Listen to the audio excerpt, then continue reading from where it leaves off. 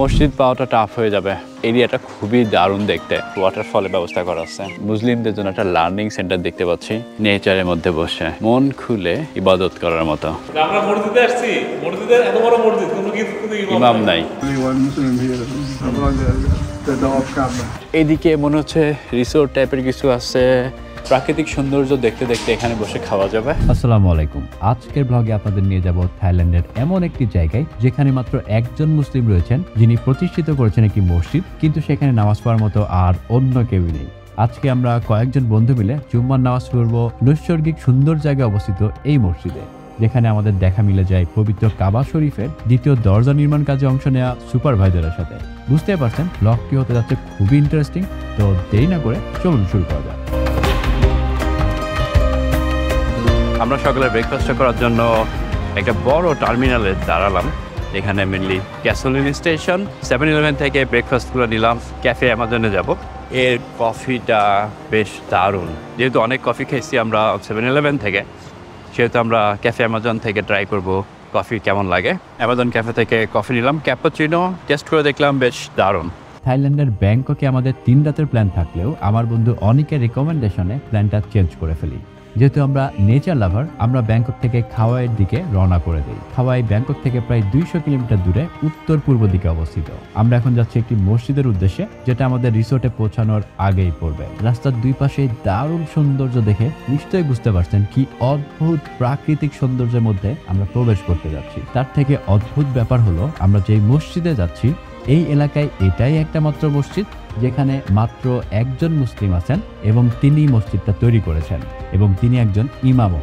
বলে রাখি, ইনি কিন্তু থাইল্যান্ডের 6 নানা মসজিদের প্রথম ইমাম ছিলেন। আমরা এতক্ষণ রুরাল রোড নামের রাস্তাতে যাচ্ছিলাম, যেটাকে স্থানীয়রা কুটক্লা পাংশুক রোড বলে থাকেন। আর এই রোডের পাশে একটি মসজিদ অবস্থিত, যেটার নাম দারুস সুন্নাহ মসজিদ। এটি খাওয়াইয়ের পাকচং এলাকায় অবস্থিত, আর এখানে আজকে আমরা জুম্মার নামাজ পড়ে ফেলবো। খাওয়াইয়ে আমাদের রিসোর্টে যাওয়ার আগে, ওখানে মুসলমানের সংখ্যা যেহেতু কম, মসজিদ পাওয়াটা টাফ হয়ে যাবে। এই জন্য আমরা দেখছি আমাদের রিসোর্ট থেকে অ্যারাউন্ড 25 কিলোমিটার দূরে এই ম্যাপে দেখে নিয়েছি একটা মসজিদ আছে। মসজিদটার ওখানে আমরা দাঁড়িয়েছি আপাতত। এখানে আমরা জুম্মা, আজকে শুক্রবার যেহেতু, জুম্মার নামাজ পড়বো। নামাজ পড়ার পরে আমরা আবার রিসোর্টের দিকে যাব। তো আমরা যে এরিয়াতে ঢুকছি, এই এরিয়াটা খুবই দারুণ দেখতে। আপনাদের আমি একটু দেখানোর চেষ্টা করব। অনেক উঁচু এবং খুবই দারুণ পাহাড়। আমরা যে রাস্তা দিয়ে আসছিলাম, একেবারে মনোমুগ্ধকর রাস্তা। এই সৌন্দর্য আসলে প্রকাশ করা খুবই টাফ।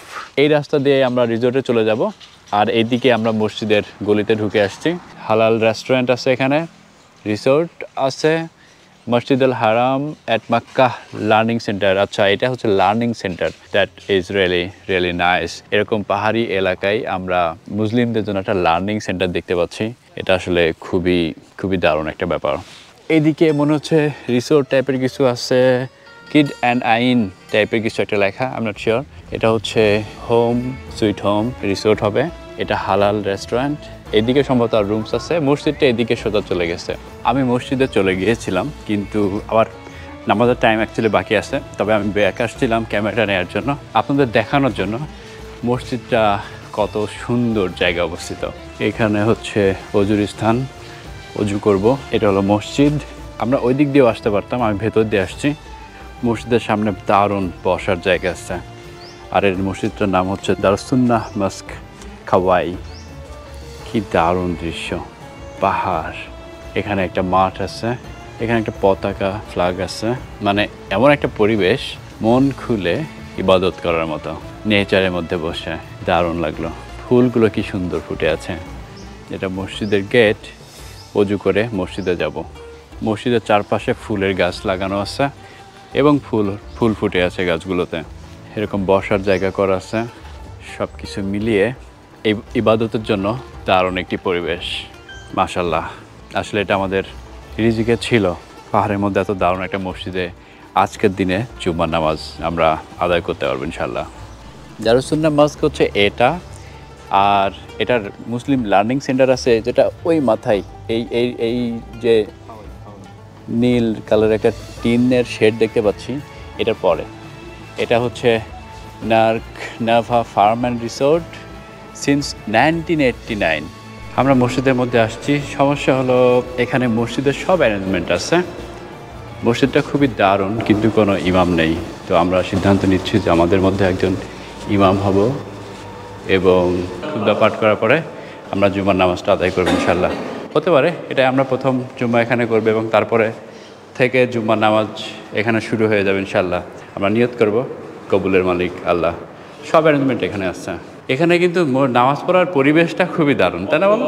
অদ্ভুত, এইটা একটা সারপ্রাইজিং। হ্যাঁ, আমরা মসজিদে আসছি, মসজিদের এত বড় মসজিদ, কোনো ইমাম নাই। আপনাদের এটা আল্লাহর একটা পরীক্ষা দেন, আমরা ইমাম না। এখন আমরা ফেরত যাই না, কি করি? ডিসিশন নেওয়ার ব্যাপারটা সেটাই, আল্লাহ তাআলার ইচ্ছা সবই। যেরকমটা শুনলেন, এখানে মাত্র একজনই মুসলমান রয়েছেন এবং তিনিই ইমাম, আর ওনার নাম হলো আজান আব্দুল্লাহ নাকানাওয়া। এখানে যেহেতু আর কোনোই মুসলমান নেই, এ কারণে তিনি আজকে অন্য এলাকায় চলে গিয়েছেন জুম্মার নামাজ পড়তে। ইনি কিন্তু খুবই ইম্পর্টেন্ট একজন পার্সন, যিনি পবিত্র কাবা শরীফের দ্বিতীয় দরজা তৈরির কাজের একজন সুপারভাইজার ছিলেন। ওনার সম্পর্কে আমরা আরো বিস্তারিত জানবো একটু পরে। তো আমরা নামাজ পড়া শেষ করলাম এখানে। আমরা নিজেদের খুবই সৌভাগ্যবান মনে করতেছি এইরকম বাংলাদেশ থেকে এত দূরে এসে এত সুন্দর পরিবেশের মধ্যে এবং এই পাহাড়ি অঞ্চলে এত সুন্দর মসজিদ বানায় রাখছেন যিনি, আল্লাহ তাকে অনেক রহমত দান করবেন ইনশাআল্লাহ। এই সাইডেও বেশ দারুণ পরিবেশ করা আছে। এটা হচ্ছে একটা লিটল গার্ডেন, পানির শব্দ হচ্ছে দারুণ, লাইক ওয়াটারফলের ব্যবস্থা করা আছে, বসার জায়গা আছে, সুন্দর পরিবেশ, মানে সিরেন যেটা আমরা বলি না, একেবারে সেরকম। এগুলো ছোট ছোট কটেজ টাইপের করা। আই থিঙ্ক এখানে বেশিরভাগই থাই ল্যাঙ্গুয়েজ ইউজ করা, তো যার কারণে বোঝা টাফ কোথায় কি। এখানে অবশ্য ডিটেল লেখা আছে, দেখেন এইটা কমপ্লিটলি থাই ভাষায়, যার কারণে আমি বুঝাইতে পারবো না, but I will try to describe it.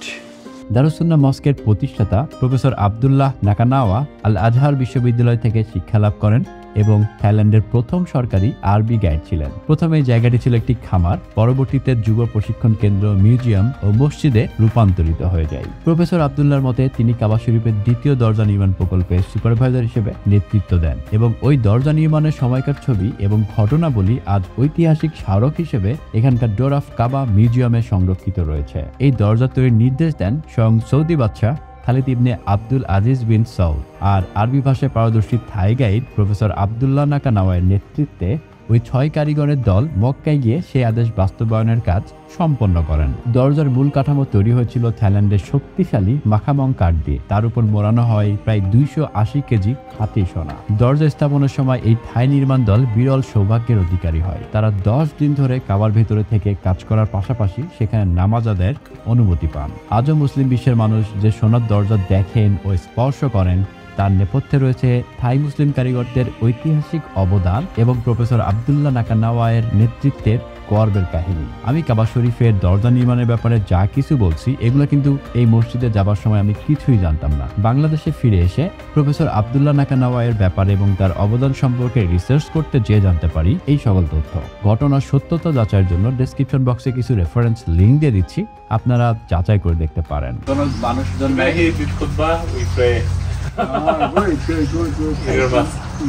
Shukr, alhamdulillah, here is one mosque. Niyat was to perform Jummah here. But we noticed that there is no Muslim people. If you come before, I take you for, come with me. How far here? 15 minutes from here. Oh, okay. Thank God, our families are in a restaurant, they're eating right now. Because here I cannot make the Jummah, nobody, I tell only one Muslim here. But you are organized very well, everything. Alhamdulillah, alhamdulillah. This is I make a camp, summer camp for children, students. They come from 8 to 15 years. Stay with me 15, 20 days. About 250 students to come. All this one to make the like a booth, like a show in Bangladesh about the door cover. You rent the house here also, right? Like as a resort. Thank you. Assalamu alaikum. আমাদের গাড়িটা ওখানে রাখা, আমরা এই side দিয়ে চলে আসলাম। বাইরে বসার ব্যবস্থা আছে, প্রাকৃতিক সৌন্দর্য দেখতে দেখতে এখানে বসে খাওয়া যাবে। সবাই বসে আছি, খাবো। আমরা মোটামুটি এখানে বাংলা খাবার পেয়ে গেছি। দারুণ একটা শুক্রবার যাচ্ছে। আমরা চিকেন কারি অর্ডার করছি, এটা পারফেক্ট ঝাল আছে, ক্যাপসিকাম দেওয়া আছে, ডিম ভাজি ওরা প্রথমে করছিল লাইক কোনো মরিচ ছাড়া পেস্ট ইউজ করছিল, পেস্ট দিয়ে আছে। তারপরে আমরা বলছি অন রিকোয়েস্ট ওরা মরিচ অ্যাড করে দিয়েছে। আজকের ব্লগটি এ পর্যন্তই। আমার নেক্সট ব্লগে দারুণ দারুণ কিছু জায়গা দেখাবো আপনাদের। মিস করতে না চাইলে আমার চ্যানেলটি সাবস্ক্রাইব করে রাখতে পারেন। ধন্যবাদ।